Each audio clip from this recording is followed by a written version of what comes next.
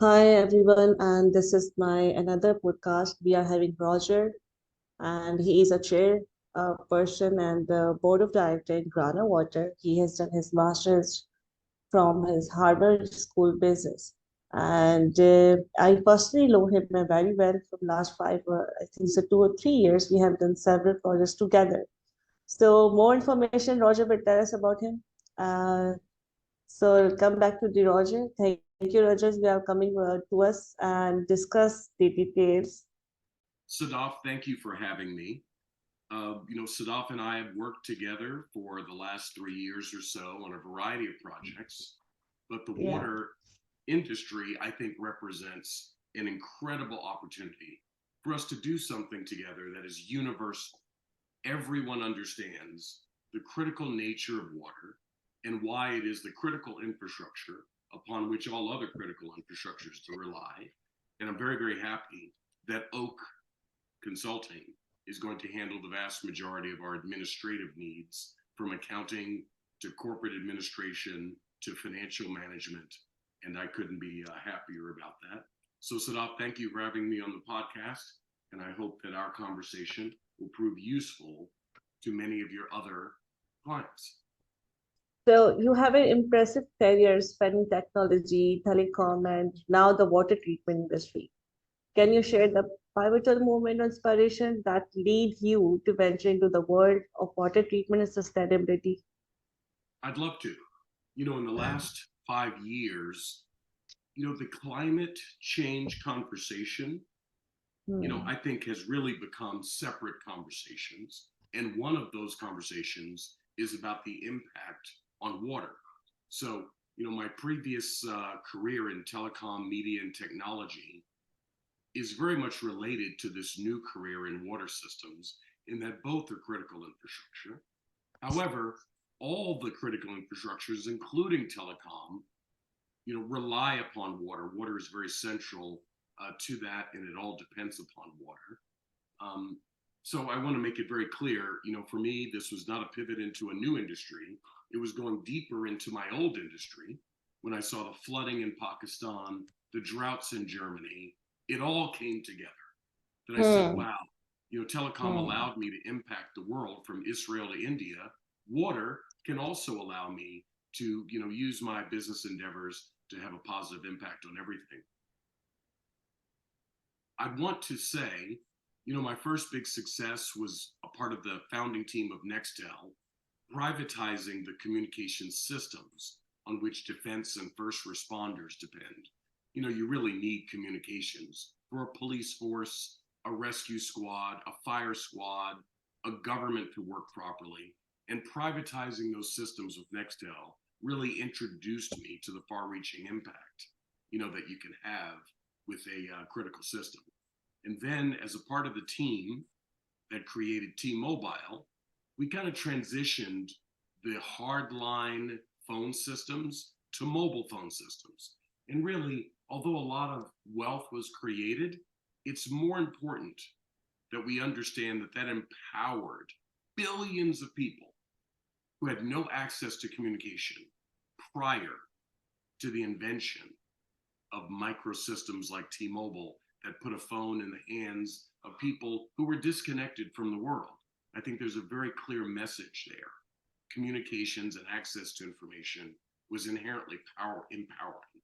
Then, lastly, with Singapore Telecom and the work that I did in Singapore with Sakun and the team there at Singtel, I think it's important we understand it wasn't just bringing funny movies to the masses who couldn't afford cable television, who couldn't afford laptops. It was that we were able to give them vital information and Hmm. access to critical data that they needed to join the modern world.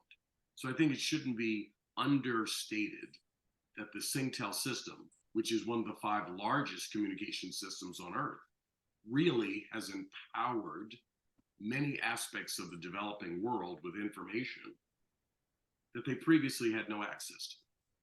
And so I think those lessons from Nextel, T-Mobile, and Singtel, really gave me the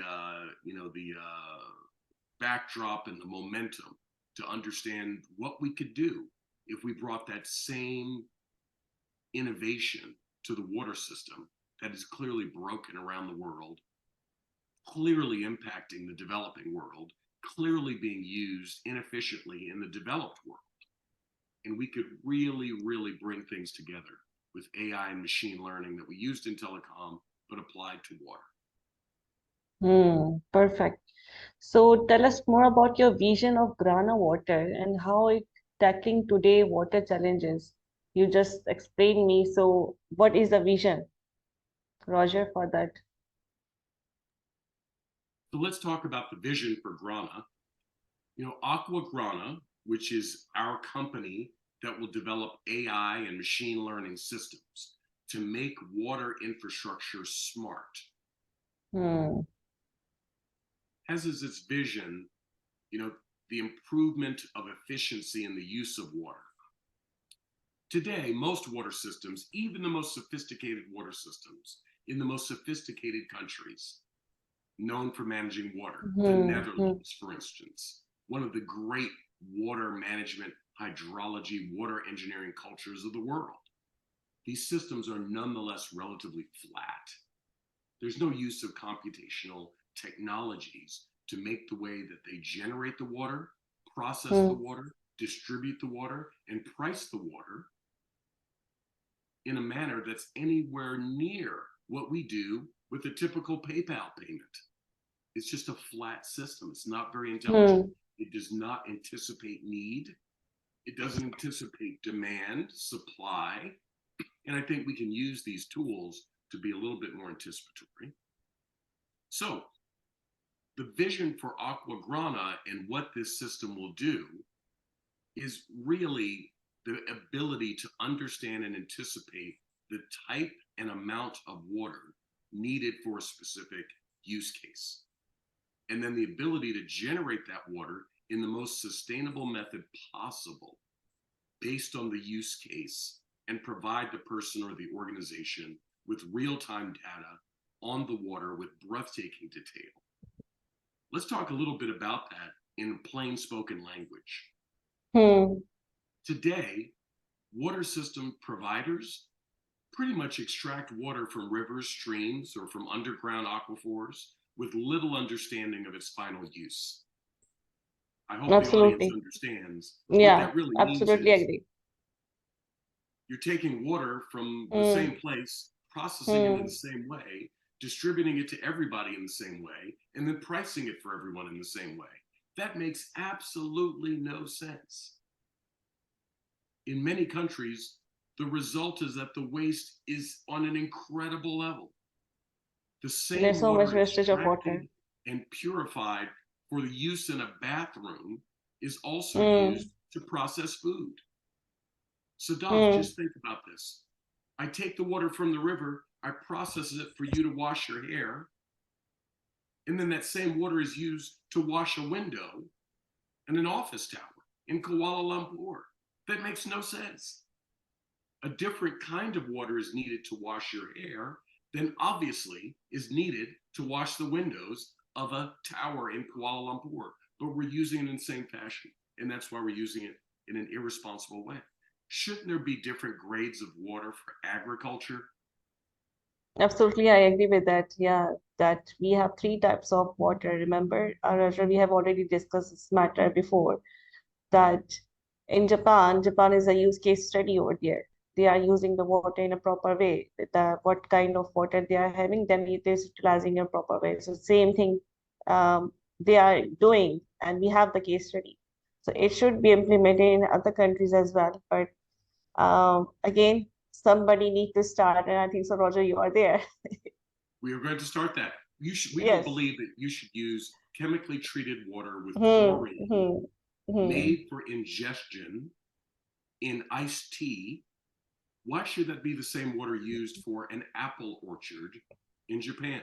Makes absolutely no sense. It's wasting the water, it's wasting electricity and other energy sources to process that water. Just think, the same water that's used to grow bananas in Brazil is being used to manufacture a tire for Hankook truck tires in Brazil. Makes no sense. The Amazon River Yeah. is contaminated and depleted Hmm. at the same time. Hmm. We think with AI, with machine learning, we actually can learn what kinds of water and how much water would be needed And by where? an equipped tire Hmm. on any Hmm. given day of any Hmm. week, of any month, of any Hmm. year. Why shouldn't we be able to predict that? Because there's no system, and you are providing that the system, you are basically trying to have to fill the gap. Especially, we are basically destroying the natural resources right now, and this is the main reason of the climate change as well. This is a very good vision I'm having right now, Roger, with you. Thanks you. Now, my third question is that being a Harvard Business School graduate, how was your education shaped the way you are growing Grana Water? Great. So the cut in there, you know, I don't really think that business schools Yes, can teach absolutely. someone how to be I a don't want to business say this. person. Okay. You learn business Hmm. by doing business. Doing. However, Harvard Business School is exceptional in its ability to help people think about problems.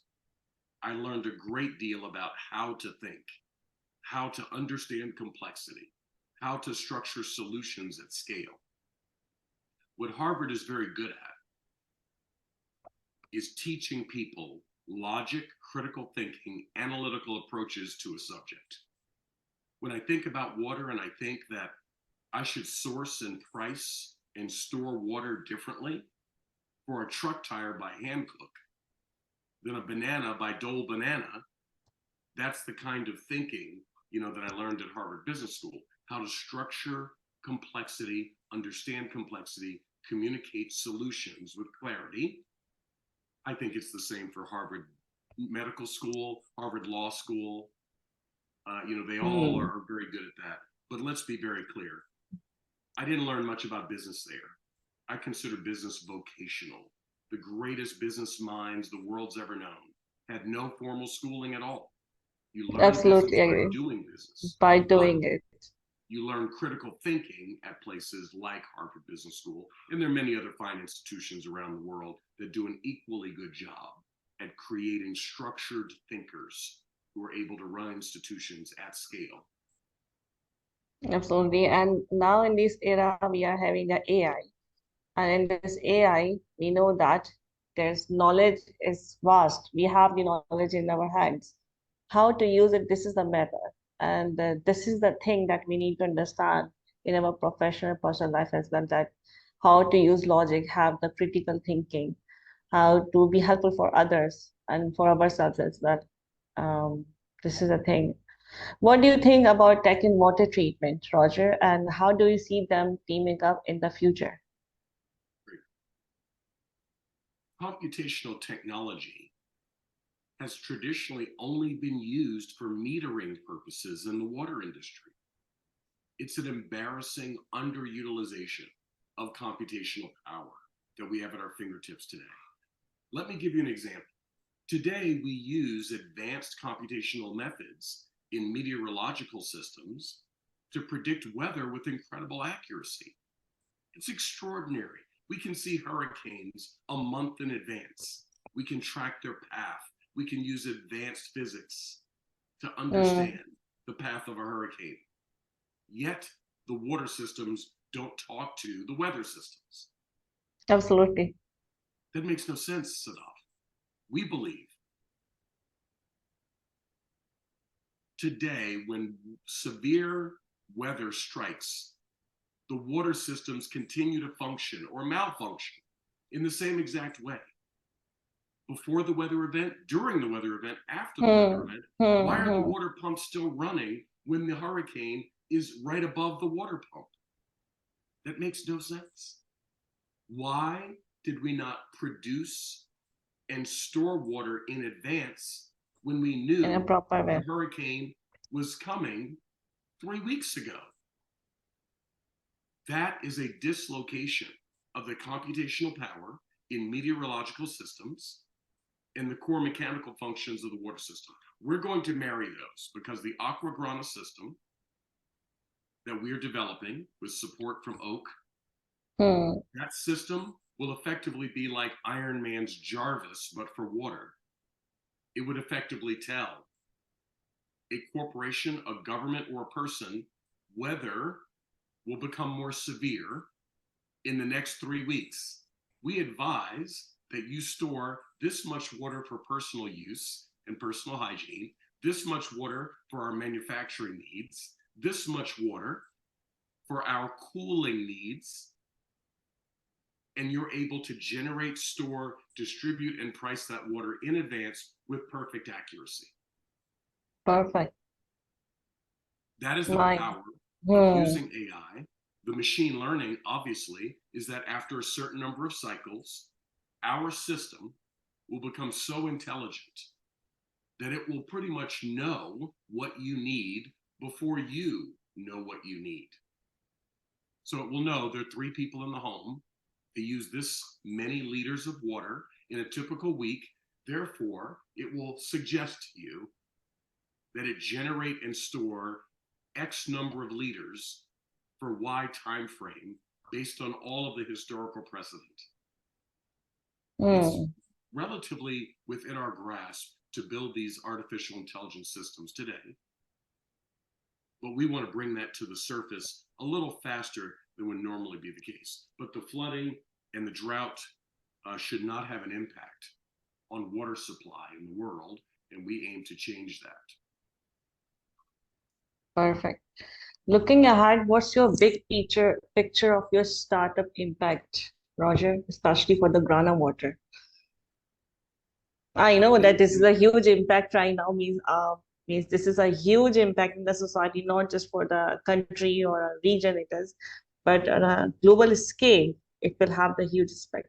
So I just need to know more about the Grana water. What will be the big picture do you think it will have upcoming years?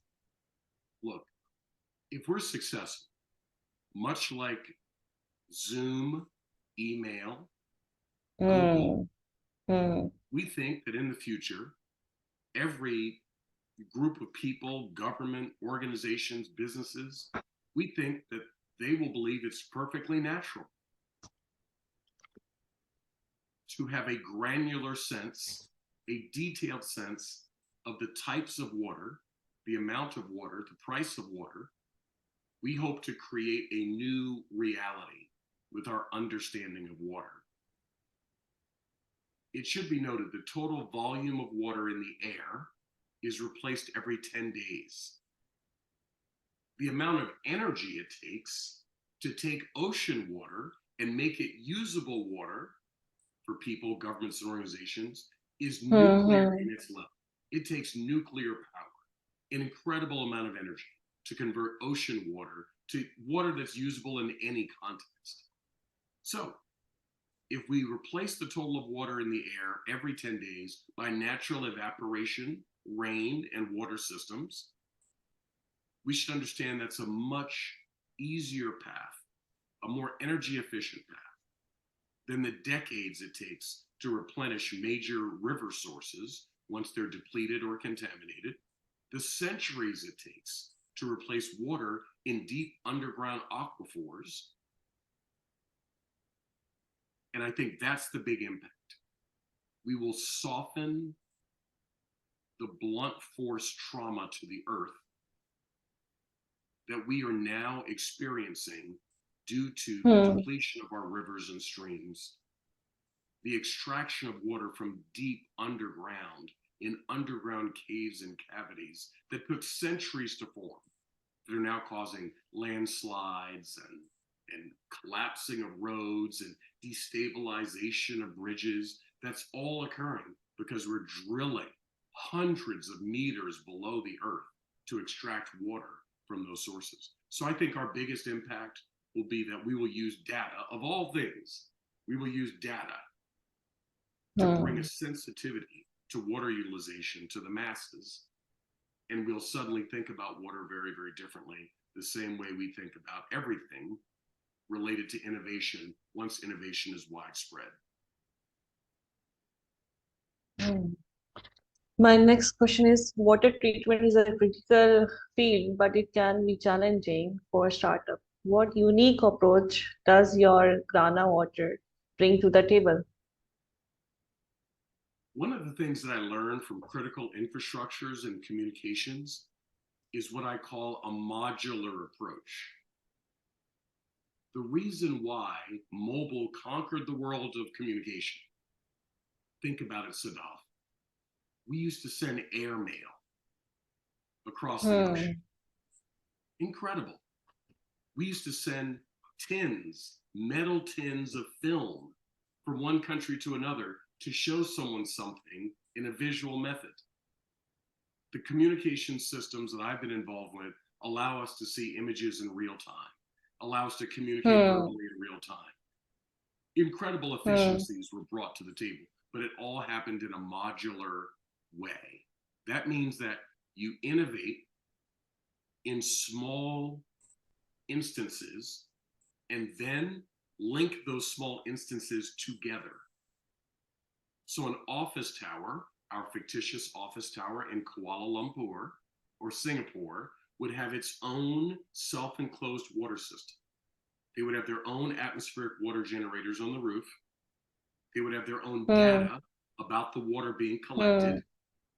They would have access and be able to see in real time that water collected, some of it being quarantined for personal hygiene, some of it being used for cleaning, some of it being used for cooling. In real time, they're able to see 1 liter of water and how it's divided for different uses and stored in different uses on the actual property itself. Now, that's modular because that's only for that office tower. Data allows us to have that office tower see the data of another office tower. It allows a hospital to understand that. So now, by doing it in a modular fashion, having 10 atmospheric water generators generate water, storage tanks store them, data understand them for that building, then we can scale that to millions and millions of other locations. The dream of all dreams, Sadaf, would be for a company like Hankook Tire, which we discussed earlier as an example. What if Hankook Tire headquarters in South Korea could see the water utilization of its factory in Brazil, could see the water utilization of its retail sales office in Germany? Then Hankook could have a global view of its water generation, water storage, water usage, and water costs in one beautiful display.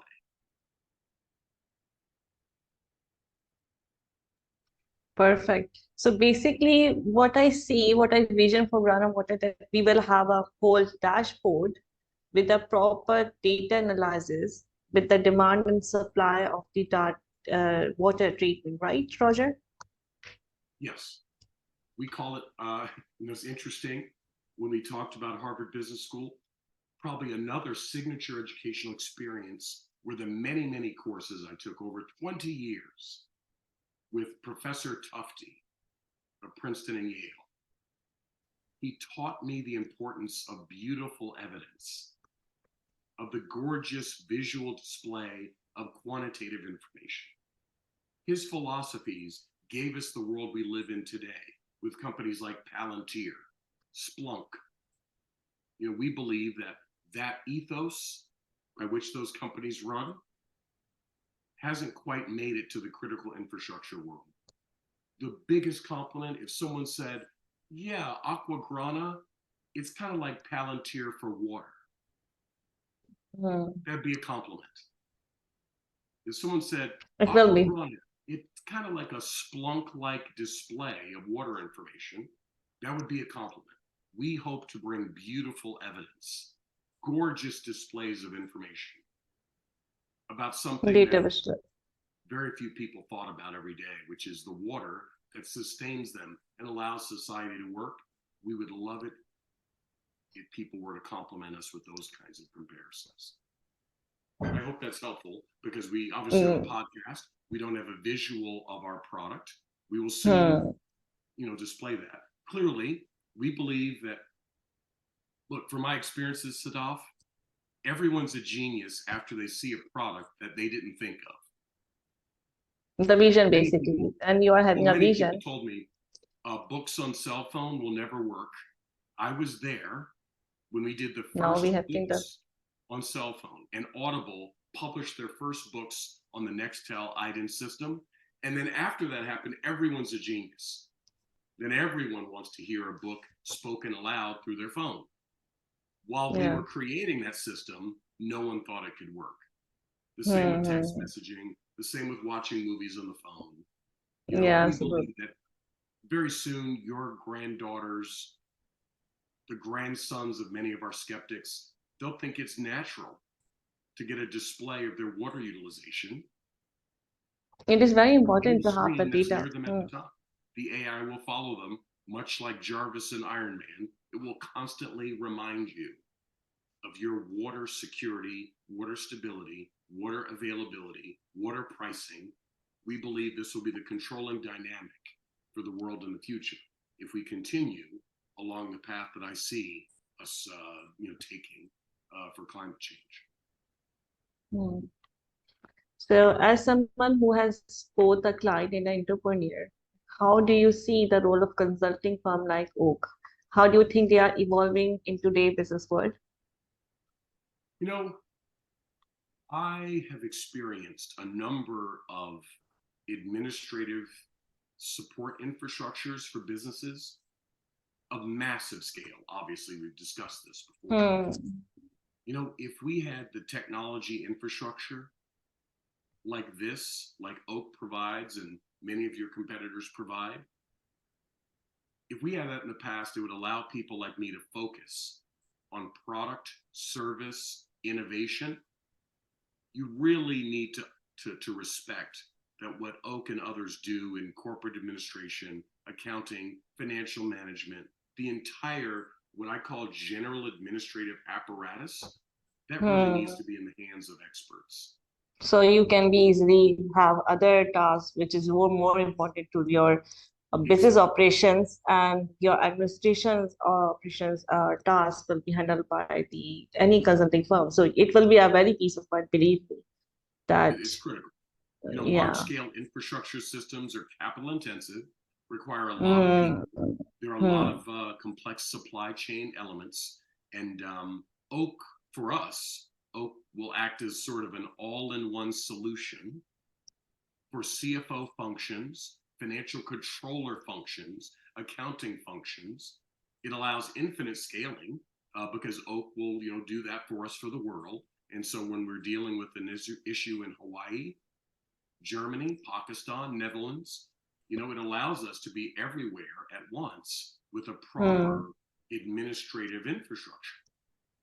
If we were to hire all of the people who represent the functions that Oak will provide to us and put them in one little office in Texas, it wouldn't scale.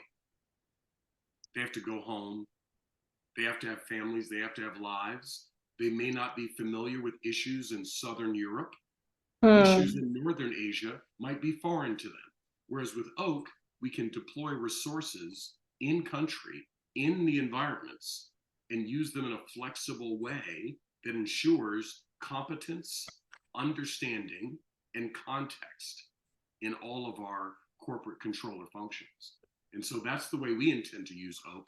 We intend to use Oak as a global CFO financial controller team without the missteps of Hmm. trying to hire each individual person for each country that we might do business. It's a very modular, elegant approach to use an organization like Oak for that reason. Hmm. So my next question, Roger, for you is that from Nextel to T-Mobile, what lessons have you carried forward for your future clients, for your um, customers? I would say we're probably the biggest thing that we're learning is when you solve big problems with Like you very, are very having smart the people, vision like Prana Water. Yeah. you want to solve big problems. Hmm. That doesn't mean there isn't a place for what I call mommy tech, having technology replace a small activity that one needs to undertake on a daily basis. I think there's a world for that. I think there's a world for things of that nature. But I think the lessons that I've learned are that, you know, if you solve big problems, you have a big impact on the world.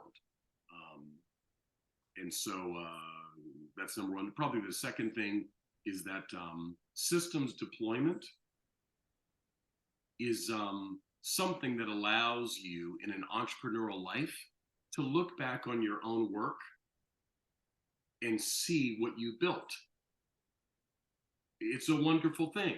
When I take a plane and I land in Peru, at the airport in Peru, and I hear the Nextel phones chirping in the background as they're managing the airport, I feel as though I know what I did with my life. And so large scale systems deployment work, critical infrastructure work, there's nothing like seeing a food truck pull up and having them unload the meat products or the snack products, you know, for sale at the grocery store. You feel as though I know what I did. I helped feed the world. You know, when you see a light switch turn on, you realize the electrical system exists because of my work. Critical infrastructure systems deployments, I think, give people a sense of purpose. It's just my philosophy. And that's why I love those kinds of things. The last thing that I think I learned is the way global businesses work. And that's one of the reasons why we're making the choice. You know, we are going to be a company whose activities are centered in Texas, which is one of the largest and most powerful economies in the world, separate from Texas being a part of the United States. As a country, Texas would be one of the top 10 countries in terms of global domestic product. And so, although we're centering the company in Texas, having Oak be centered in Asia, it kind of communicates to the world my lessons learned, that being a global company means living a global company. And so distributing your resources around the world ensures that, as they say in the Vedas, may noble thoughts come from all directions. And so, you know, Oak's contribution to what we're doing will be natural and organic, even though it's coming from a different geography. And I think the people in Texas and Florida and Germany and our other locations will work more seamlessly as a global team because the company is being born with a global mentality. Those are the lessons I took away from my previous work, from places like Palantir, like Splunk, which I admire, in our quest to be the Palantir of water. Well, Palantir was born the same way. It was born with the globe in mind to begin with. The mindset should be the global mindset. Then you can cater the whole problems in one place and provide the solution as well.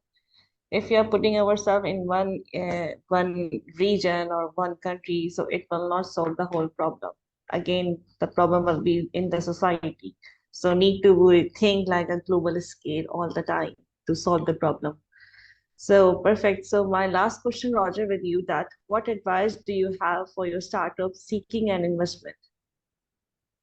I think, you know, I've not been the most successful seed investment entrepreneur. You know, I think different entrepreneurs excel in different stages. Some Absolutely. entrepreneurs are really, really good at seed stuff. Others are very good at acceleration rounds. Others are good at globalization rounds where you need large amounts of capital to you know, extend yourself across the world.